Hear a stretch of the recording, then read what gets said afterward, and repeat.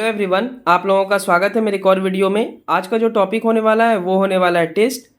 आप सबको सुबह 8 बजे मैं टेलीग्राम चैनल पे होमवर्क दिया था, तो उसी से रिलेटेड टेस्ट होता है हर दिन। तो 9 बजे रात में ये टेस्ट पब्लिश किया जाता है, उससे पहले भी हो सकता है वीडियो अपलोड।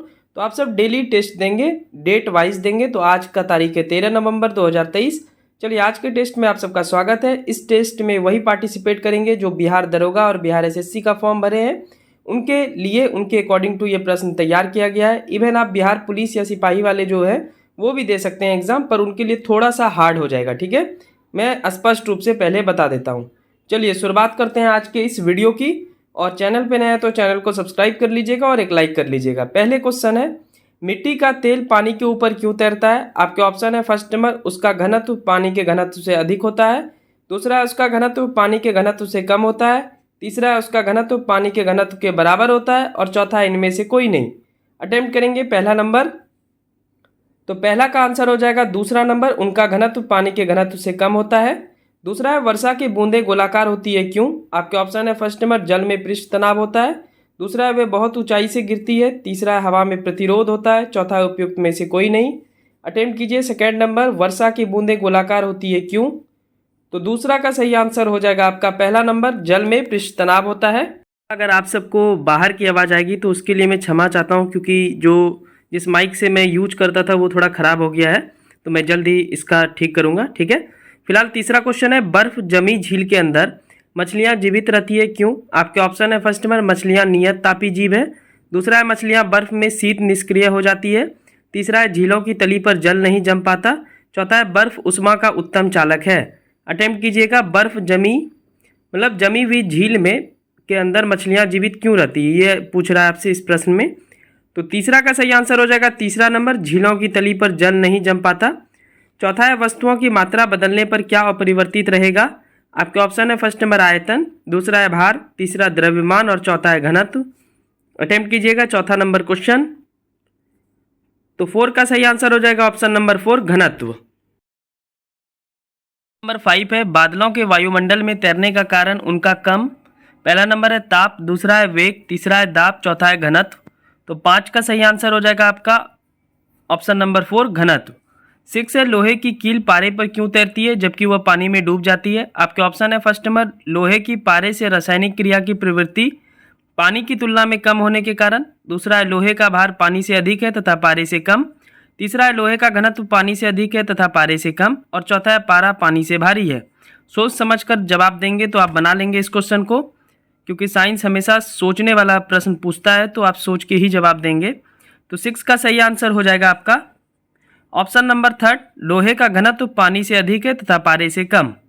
इसका PDF चाहिए तो टेलीग्राम चैनल का लिंक मैं डिस्क्रिप्शन में दे दिया हूँ, आप वहाँ से जा करके आराम से डाउनलोड कर पाएंगे और इसका हार्ड कॉपी निकाल कर इसको बना सकते हैं वापस से। चलिए नेक्स्ट क्वेश्चन की ओर हम सब अग्रसर होते हैं। क्वेश्चन नंबर 7वां, जब कुएं से पानी की बाल्टीन को ऊपर खींचते हैं तो हमें महसूस होता है कि बाल्टीन, पहला ऑप्शन है पानी की सतह से ऊपर भारी हो गई है, दूसरा है पानी की सतह से ऊपर हल्की हो गई है, तीसरा है पानी से बाहर आकर स्थिरता खो बैठती है, चौथा है पानी से बाहर आकर उसके द्रव्यमान में वृद्धि हुई है। अगर आप गांव के रहने वाले हैं तो ये प्रश्न आराम से हल कर लेंगे, कभी ना कभी किए ही होंगे। तो 7 का सही आंसर हो जाएगा आपका ऑप्शन नंबर 1, पानी की सतह से ऊपर भारी हो गई है। 8 है, पानी के एक गिलास में एक बर्फ का टुकड़ा तैर रहा है, जब बर्फ पिघलती है तो पानी के स्तर पर क्या प्रभाव होगा? आपके ऑप्शन है, फर्स्ट नंबर बढ़ेगा, दूसरा है कम होगा, तीसरा है उतना ही होगा, चौथा है पहले बढ़ेगा फिर कम होगा। जल्दी जल्दी आप अटेम्प्ट कीजिए। 8 का सही आंसर हो जाएगा 3, उतना ही होगा, यानी अपरिवर्तित रहेगा। 9वें प्रश्न की ओर, 9th नंबर, किस कारण से ठंडी रात में ध्वनि दूर तक तथा स्पष्ट सुनाई देती है जबकि दिन में अपेक्षाकृत कम दूरी तक सुनाई देता है? आपके ऑप्शन है, फर्स्ट नंबर ध्वनि का परावर्तन, दूसरा है ध्वनि का अपवर्तन, तीसरा है प्रतिबल और चौथा है तारत्व। अटेम्प्ट कीजिएगा। तो 9 का सही आंसर हो जाएगा सेकेंड नंबर, ध्वनि का अपवर्तन। 10 है, किस यंत्र का उपयोग करके डॉक्टरों द्वारा शरीर के अंदर मुख्यतः हृदय तथा फेफड़ों में उत्पन्न होने वाले ध्वनि को सुनने के काम में लाया जाता है? आपके ऑप्शन है, फर्स्ट नंबर स्टेथोस्कोप, दूसरा है स्फेग्नोमेनोमीटर, तीसरा है एमीटर और चौथा है क्रोनोमीटर। अटेम्प्ट कीजिए, बहुत इंपॉर्टेंट क्वेश्चन है, मैं NCERT में ऑलरेडी पढ़ा चुका हूँ आप सबको।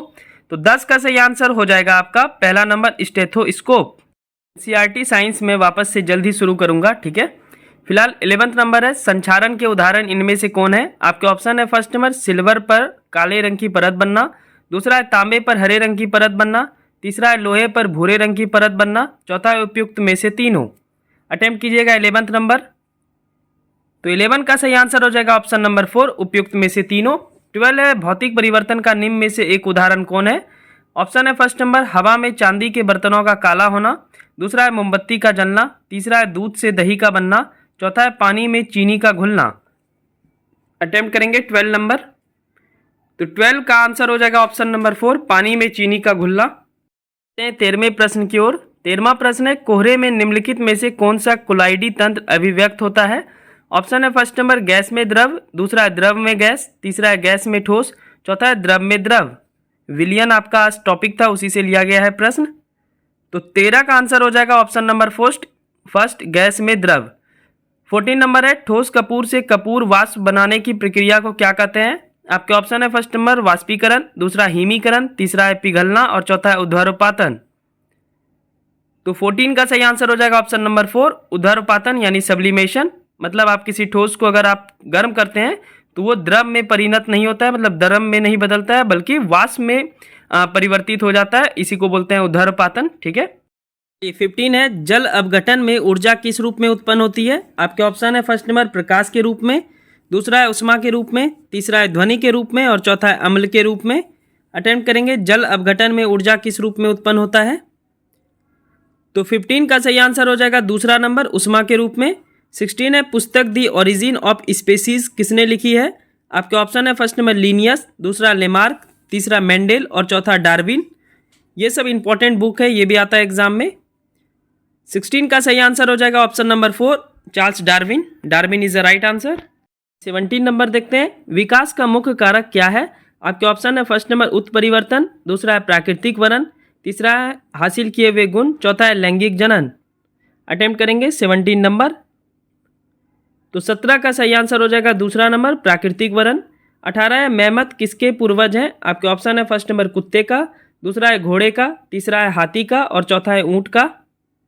मेमथ किसके पूर्वज हैं ये आपको बताना है। तो 18 का सही आंसर हो जाएगा तीसरा नंबर हाथी का। नेक्स्ट देखते हैं 19वां प्रश्न निम्नलिखित में कौन सी गैस प्राचीन पृथ्वी के वायुमंडल में उपस्थित नहीं थी। आपके ऑप्शन है फर्स्ट नंबर मीथेन, दूसरा अमोनिया, तीसरा कार्बन डाइऑक्साइड, चौथा ऑक्सीजन। अटेम्प्ट कीजिएगा 19 नंबर। 19 का सही आंसर हो जाएगा ऑप्शन नंबर 4 ऑक्सीजन। 20 है विकास के उत्परिवर्तन सिद्धांत का प्रतिपादन किसने किया था। आपके ऑप्शन है फर्स्ट नंबर हक्सले, दूसरा है डार्विन, तीसरा है हुर्गो दी ब्रीज, चौथा है लेमार्क। अटेम्प्ट करेंगे 20 नंबर। तो 20 का सही आंसर हो जाएगा तीसरा नंबर हुर्गो दी ब्रीज। अब यहाँ से आपको पॉलिटी के प्रश्न मिलेंगे यानी राज्य व्यवस्था। चलिए नेक्स्ट देखते हैं 21 नंबर भारतीय संविधान के किस अनुच्छेद के अंतर्गत लोकसभा ने अनुसूचित जातियों के आरक्षण का प्रावधान किया था। आपके ऑप्शन है फर्स्ट नंबर अनुच्छेद 331, दूसरा अनुच्छेद 333, तीसरा अनुच्छेद 330 और चौथा अनुच्छेद 332। अटेम्प्ट करेंगे 21 नंबर।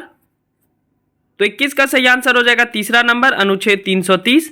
22 है सोच समझकर जवाब देंगे लोकसभा में राज्यवार सीटों का आवंटन वर्ष 1971 की जनगणना पर आधारित है। यह निर्धारण किस वर्ष तक यथावत रहेगा यानी उसी प्रकार बना रहेगा। आपके ऑप्शन है फर्स्ट नंबर 2031, दूसरा है 2021, तीसरा है 2011 और चौथा है 2026। अटेम्प्ट करेंगे। एक तो बात आपको पता चल गया कि लोकसभा और राज्यसभा में जो सीट का बंटवारा होता है हर अलग अलग राज्य को जो सीट मिलता है वो जनसंख्या के आधार पे मिलता है, ठीक है। जैसे बिहार का 40 सीट है लोकसभा में, राज्यसभा में 16 सीट है, लेकिन ये आपको पूछ रहा है कि किस वर्ष तक इतना ही बना रहेगा, उसके बाद इसके एक्सटेंड होने की चांस है। तो 22 का आंसर हो जाएगा ऑप्शन नंबर 4 2026, ठीक है। करते हैं 23वें प्रश्न की ओर। लोकसभा का कार्यकाल पूरा होने के पहले भंग किया जा सकता है कैसे। आपके ऑप्शन है फर्स्ट नंबर राष्ट्रपति द्वारा स्वविवेक से, दूसरा है प्रधानमंत्री द्वारा स्वविवेक से, तीसरा है प्रधानमंत्री की सिफारिश पर राष्ट्रपति द्वारा, चौथा है लोकसभा अध्यक्ष द्वारा स्वविवेक से। अटेम्प्ट करेंगे 23वां प्रश्न, बहुत ही महत्वपूर्ण प्रश्न है। तो 23 का आंसर हो जाएगा तीसरा नंबर प्रधानमंत्री की सिफारिश पर राष्ट्रपति द्वारा। 24 है निम्न युग में से कौन सही नहीं है। राज्य और लोकसभा में उनका सीट आपको बताना है, इन चार ऑप्शन में से कौन गलत है।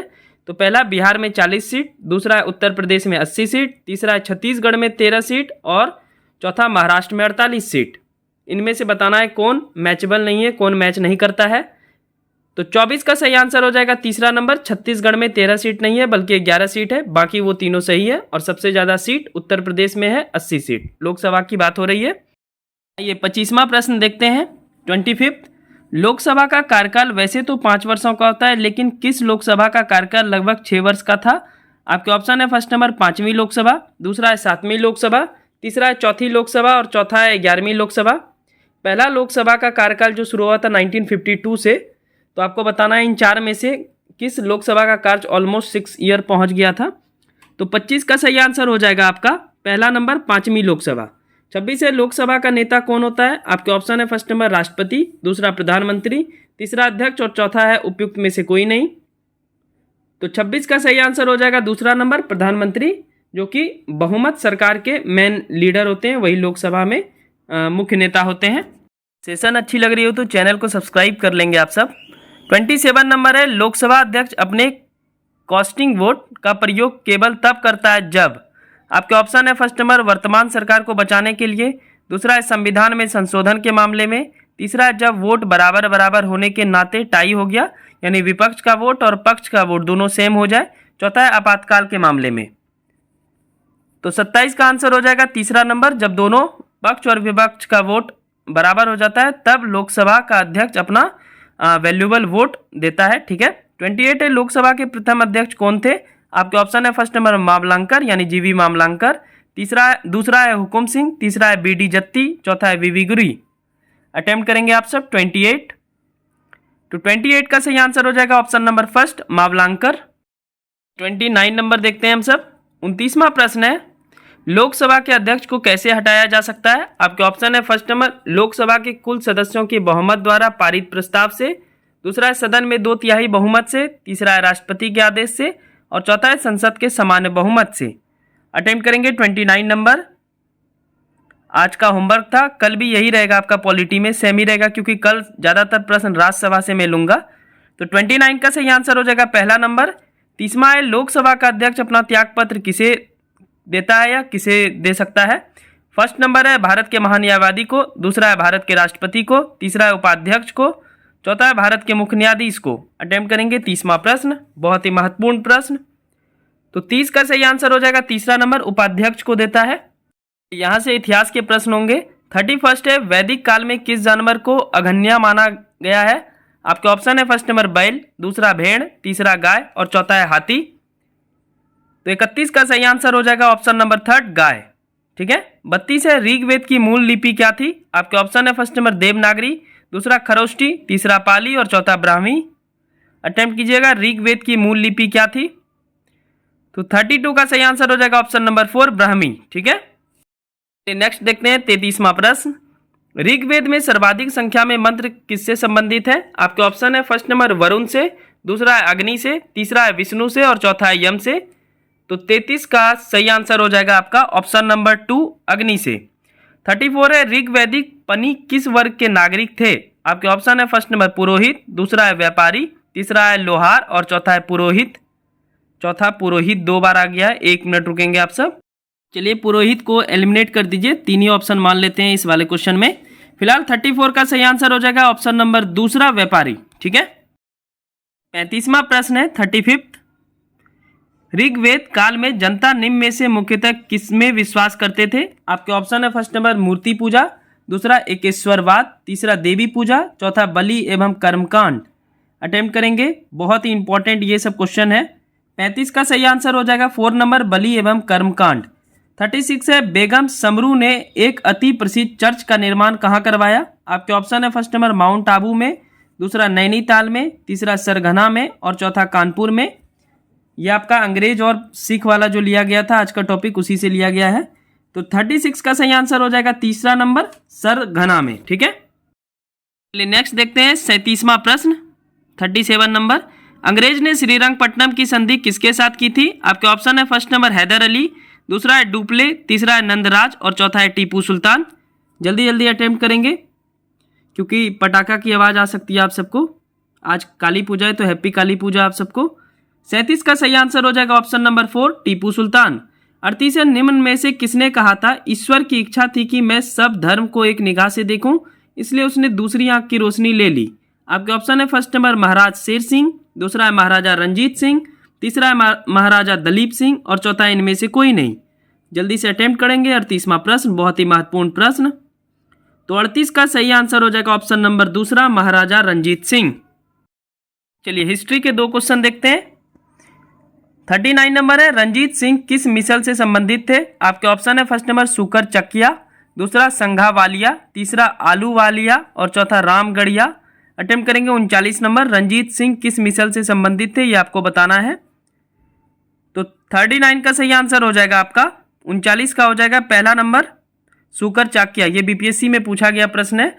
40वां है, रंजीत सिंह ने सुप्रसिद्ध कोहिनूर हीरा कहाँ से प्राप्त किया था? आपके ऑप्शन है फर्स्ट नंबर शाह सूजा से, दूसरा है जमान शाह से, तीसरा है दोस्त मोहम्मद से और चौथा है शेर अली से। अटेम्प्ट करेंगे 40 नंबर। तो 40 का सही आंसर हो जाएगा आपका पहला नंबर शाह सूजा से। ये नेक्स्ट देखते हैं, यहाँ से ज्योग्राफी के कुछ प्रश्न होंगे। 41 है, हुंड्रू जलप्रपात कहाँ पर निर्मित है? आपके ऑप्शन है फर्स्ट नंबर इंद्रावती पर, दूसरा है कावेरी पर, तीसरा है स्वर्ण रेखा नदी पर और चौथा है उपयुक्त में से कोई नहीं।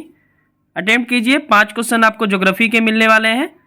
तो 41 का सही आंसर हो जाएगा आपका तीसरा नंबर स्वर्ण रेखा नदी पर। 42 है, किस नदी पर शिव समुद्रम जलप्रपात अवस्थित है? आपके ऑप्शन है फर्स्ट नंबर कावेरी, दूसरा है कृष्णा और तीसरा है गोदावरी और चौथा है महानदी। 42 अटेम्प्ट करेंगे आप सब, किस नदी पर शिव समुद्रम जलप्रपात अवस्थित है? तो 42 का सही आंसर हो जाएगा आपका पहला number Kaveri, Kaveri is the right answer.